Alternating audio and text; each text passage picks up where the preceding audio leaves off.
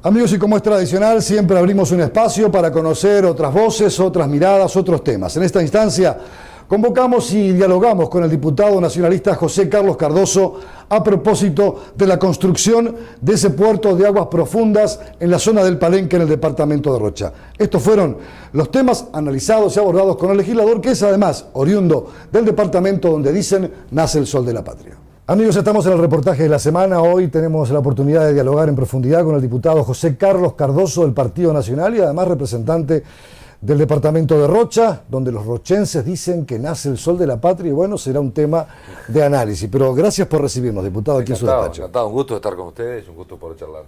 Y naturalmente Rocha es un departamento que está tomando, no solamente por el turismo, un auge importante, ahora porque hay un puerto de aguas profundas donde el Uruguay se plantea estratégicamente crear un espacio diferente para poder comerciar desde otra perspectiva, con otra plataforma, y esto supongo yo que implicará, más allá de algunas voces polémicas, una transformación productiva y económica significativa para su departamento. Usted ha sido un entusiasta. ¿Por qué es necesario ese puerto allí en Rocha? Mire, yo creo que la instalación de un puerto de aguas profundas en la costa oceánica del Uruguay es un salto cualitativo muy relevante hacia la cuestión de la geopolítica regional. Es un paso absolutamente crítico, diríamos, en el buen sentido, de que el país da un paso del que estamos hablando hace 100 años. El proyecto de puerto de aguas profundas en Rocha, los primeros documentos son de 1912. Ya se hablaba de que Uruguay tenía que desarrollar una plataforma marítima de aguas profundas. Fíjate que la ruta 14, que es una ruta transversal que une Fraiventos con la Coronilla, es una ruta que estaba hecha pensando en un puerto de aguas profundas.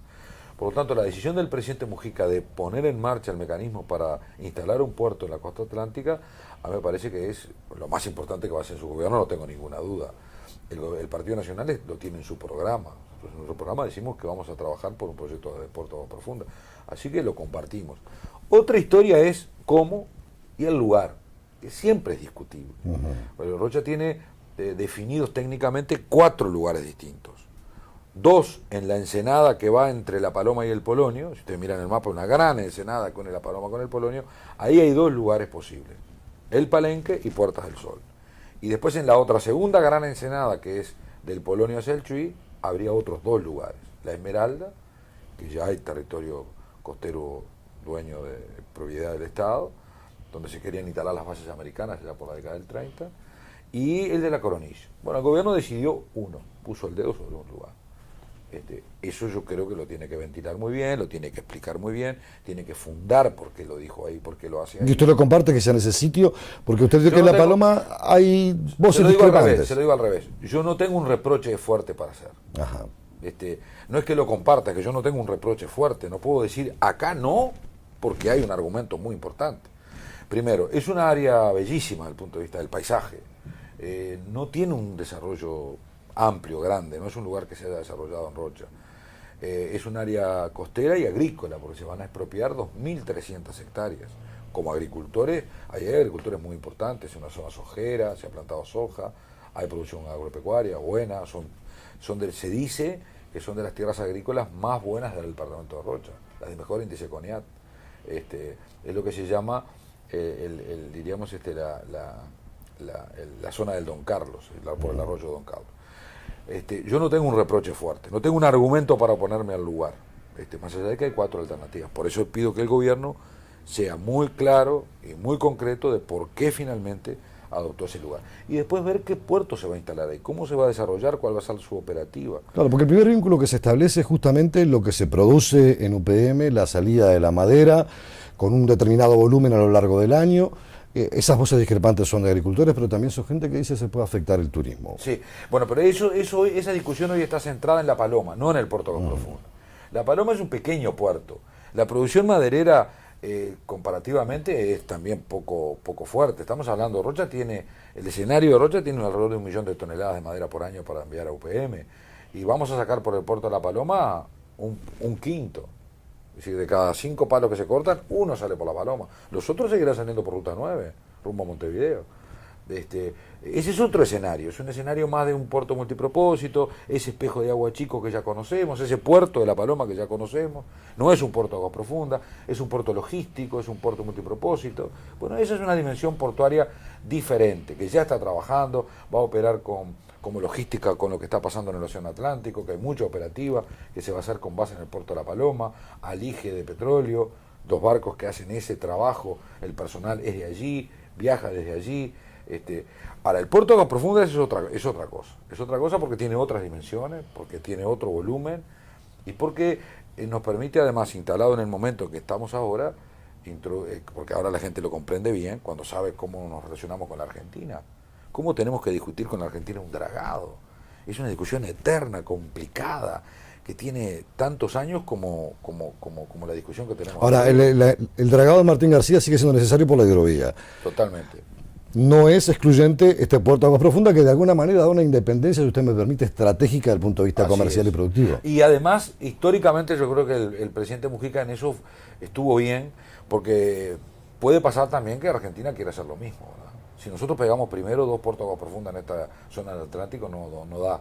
Pero Argentina pudo haberlo planteado en Bahía Blanca, así que a mí me parece que el punto de vista estratégico es una decisión inteligente de Salvador. Estamos hablando de un puerto de Aguas Profundas que implicará una inversión o un volumen de dinero muy significativo. ¿Está cuantificado? ¿Se está pensando en esa, bueno, primero, en la forma de gestionarlo, de quién lo construye y cómo se construye? Primero, la inversión es privada. Pongamos los puntos sobre las IES. Aquí el Uruguay lo que va a poner es la decisión política del puerto se hace acá y luego los 100 millones de dólares que va a gastar en comprar las tierras circundantes. Va a comprar 2.500 hectáreas, va a expropiar. Y punto. El Estado no puede poner más nada. Todo lo que pasa en ese puerto lo tienen que poner los operadores portuarios. ¿Y el Estado cobrará por el ejercicio Pero de ese por puerto? supuesto. Puede ser que esa inversión de 100 millones de dólares en expropiación sea rápidamente absorbida y que no haya pérdidas. Eso creo yo. Usted acaba de decir justamente un asunto que yo planteé en la reunión con el gobierno hace 3 semanas, que me parece a mí que el gobierno ya tiene que prever cómo recuperar esos 100 millones de dólares que va a gastar en la expropiación. El Estado uruguayo no tiene por qué poner plata en el puerto, tiene que poner gestión. Y tenemos que también resolver cómo se va a gestionar. Ellos tienen la idea de que esto se tendría que gestionar a través de un desarrollista, diríamos. Alguien que asuma el rol de desarrollar el puerto y luego las plataformas dentro de ese puerto las van desarrollando los operadores. Por eso incorporan a Aratiri. Aratiri será partícipe del puerto, yo creo que el desarrollista no puede serlo. Pero podrá sacar cargas por ahí, bueno, si le apoyan el proyecto, sí. Y el muelle de atraque de Aratiri, ¿quién lo hará? Y lo tienen que hacer ellos. Y vendrán CAP, instalará la boya petrolera ahí, y es posible. ¿Quién hace esa operativa? Y la tiene que pagar ANCAP. Y vendrán los arroceros y querrán sacar el arroz de Samán y Copar por allí, y bueno, y vendrán los graneleros en general y con los ojeros. Bueno, ellos tienen que hacer su atracadero en el puerto. Digo, el puerto lo van a ir desarrollando aquellos que movilicen las cargas. Me parece el único procedimiento. Un país como el nuestro no puede hacer una inversión por sí para que luego las empresas privadas desarrollen la actividad comercial. Le deja plantear una pregunta para después de la pausa. ¿Y qué componente humano tenemos para trabajar allí? ¿Y será fundamentalmente gente de Rocha, un departamento que necesita mano de obra, tal vez como otras muchas localidades del interior del país? Mira que usted está en instantes. Voy a jugar a la pelota, me decís que me ponga championes, así no me lastimo. Si voy a andar en skate, me pedís que use casco. Y cuando me subo al auto, nunca me dejas olvidarme del cinturón. Para hacer los deberes, me haces acordar que me ponga los lentes. Y en invierno, siempre me das los guantes para que me abrigue. Qué suerte que estás siempre para cuidarme. Entre todos, nos cuidamos mejor. Por eso creamos el plan Obra Segura, un proyecto que busca prevenir los accidentes de la construcción. Es una iniciativa de Presidencia de la República, Ministerio de Trabajo y Seguridad Social, trabajadores y empresarios de la construcción, ZUNCA, cámaras empresariales.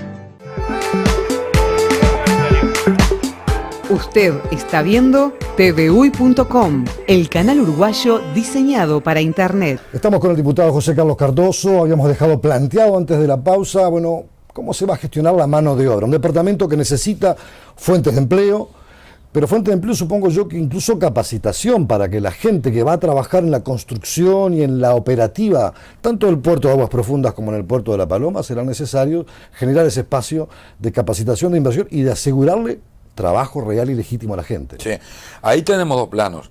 El del puerto de Aguas Profundas yo no lo puedo dimensionar aún. Yo supongo que un puerto de Aguas Profundas, lo que conozco en el mundo, son puertos que desarrollan una dimensión de tamaño en torno a por la actividad que generan enorme. Alguien me puede decir, bueno, Castillos es una ciudad de 7.000 habitantes y puede llegar a tener dentro de 40 años 70.000, y puede ser. ¿A qué dimensión te empuja un puerto de Aguas Profundas? no lo podemos calibrar hoy. Este es el inicio de un proceso que va a llevar su tiempo. El puerto de La Paloma, que ese sí comenzará a operar, espero yo, este verano, sí, nos reactivará un puerto que ya conocemos, que tenía una actividad importante desde el punto de vista económico, que tenía salarios importantes. Yo he dicho un par de veces, salarios de $15.000, en La Paloma había. Usted dirá, ¿cómo? Sí, Sí, un capitán del Astra, los capitanes del Astra cobraban $15.000, porque iban a la parte con la pesca. Digo, ese es el puerto que yo quiero recuperar. Y imagínate, si el capitán ganaba 15.000, todo era una secuencia, ¿no? Es decir, ese tipo de ingresos nosotros lo perdimos. Por eso a mí me gusta mucho el empujón comercial del puerto de La Paloma, compatible con el turismo. Por supuesto que hay que ser vigilante, hay que cuidar ese equilibrio. Nosotros propusimos que hubiera una veda de camiones en el verano. Todo esto se puede compaginar para que el turismo y el desarrollo portuario que nos genere una actividad. En Rocha, para la operativa portuaria tenemos gente con larga experiencia, porque en Rocha tuvimos un puerto a full durante 10 años, que generó riqueza en Castillo, San Rocha, en los barrios. ¿A través de qué? A través del modelo pesquero de altura. Este que viene no es el pesquero de altura, porque lamentablemente el gobierno nunca nos devolvió los permisos de pesca con base en el puerto de La Paloma. Entonces lo que vamos a tener es madera, pero esos son camiones, son buenos salarios. Hasta futuras factorías, supongo, Sí, como en algún momento la suba. Vamos, ¿no?, a tener, la pesquera Astra. si podemos tener cemento, yo creo que el cemento va a tener una posibilidad de salida por La Paloma, de pan de azúcar hacia el Brasil. Hay inversiones brasileñas en pan de azúcar en las cementeras. Eso es probable que utilicen La Paloma y no lo podemos descartar. Puede haber granos, más la logística, que la logística trae buenos salarios. Es decir, cuando me refiero a la logística me refiero, por ejemplo, ANCAP va a comenzar la prospección petrolera a 80 millas enfrente a La Paloma. Ahí van a venir barcos ingleses, es una cosa impresionante en su tamaño, en su volumen y en los millones y millones de dólares que se van a invertir para encontrar petróleo en la plataforma continental del Uruguay. Convenio que firmó ANCAP con una empresa inglesa. Los ingleses llegan en octubre. ¿Dónde van a bajar su tripulación? ¿Dónde van a cambiar? ¿Dónde van a reparar sus barcos? ¿Dónde van a levantar su comida? En el puerto de La Paloma. Es decir, que hay una operativa logística, no de actividad comercial, de logística, que le vuelve a dar un empujón de actividad. Que estamos preparados para absorber un universo, aunque sea temporalmente. Sí, por supuesto. Si tenemos hoy, por ejemplo, toda la infraestructura hotelera, La Paloma la tiene, pero... Pero yo vivo en La Paloma hace 10 años todo el año, yo soy vecino de La Paloma, yo no es que visito a La Paloma. En La Paloma nos quedamos 4.000 personas del invierno, 4.500. Una ciudad que recibe perfectamente 30.000 personas. Es decir, una ciudad que cuando le pones 30.000 personas el 2 de enero, están todos en sus casas, todos tienen baño, todos tienen lugar donde dormir, 30.000 personas. ¿Y en invierno cuánto vivimos? 5.000.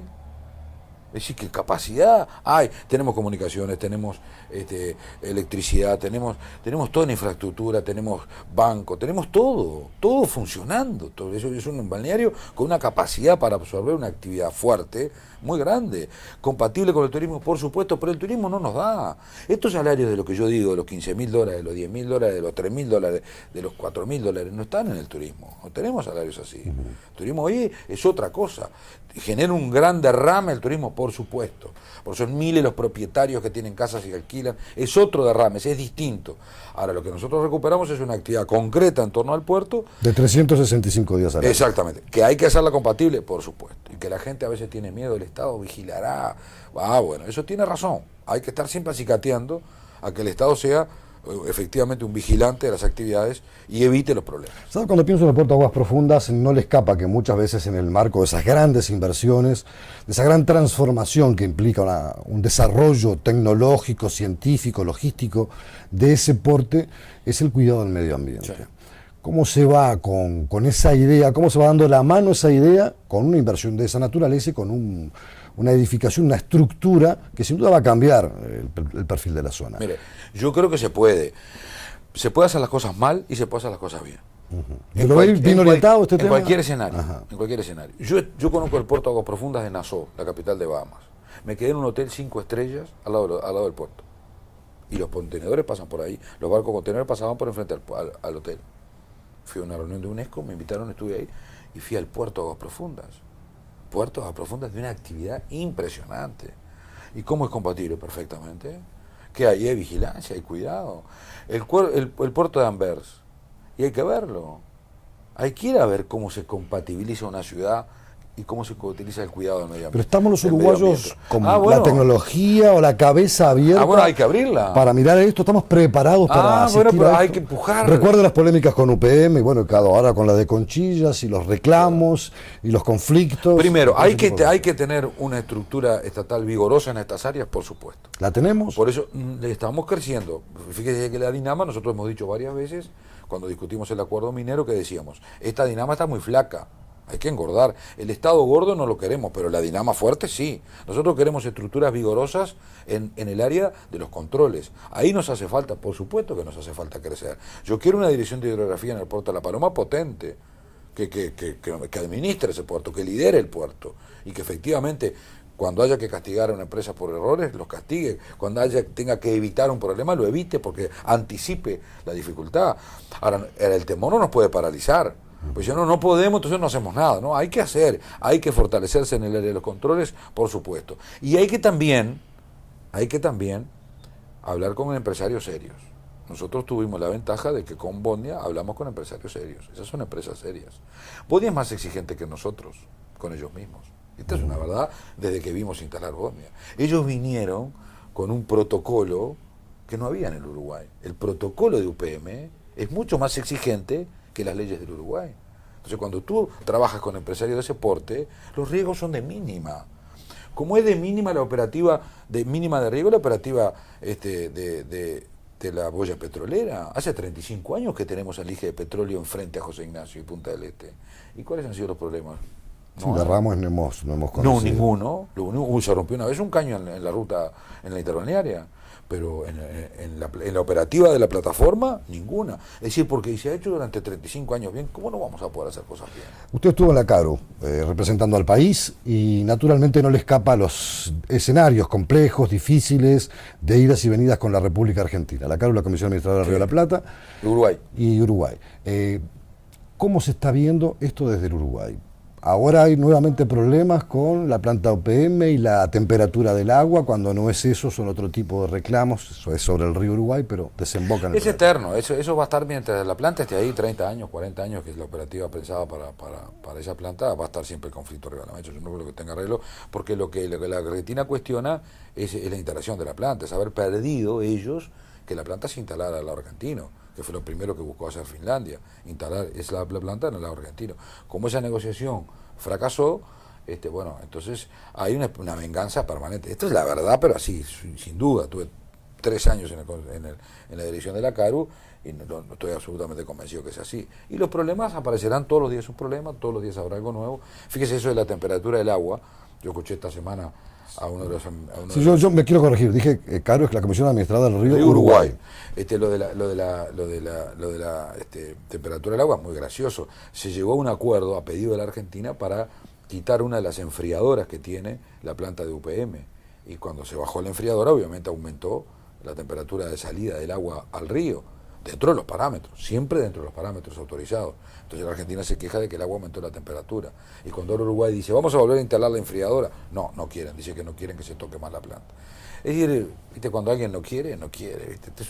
Es un divorcio que no se produce. Entonces es una batalla campal ahí está permanente. El otro escenario con el dragado del canal Martín García, que usted decía, lo tratamos al pasar cuando comenzamos la nota.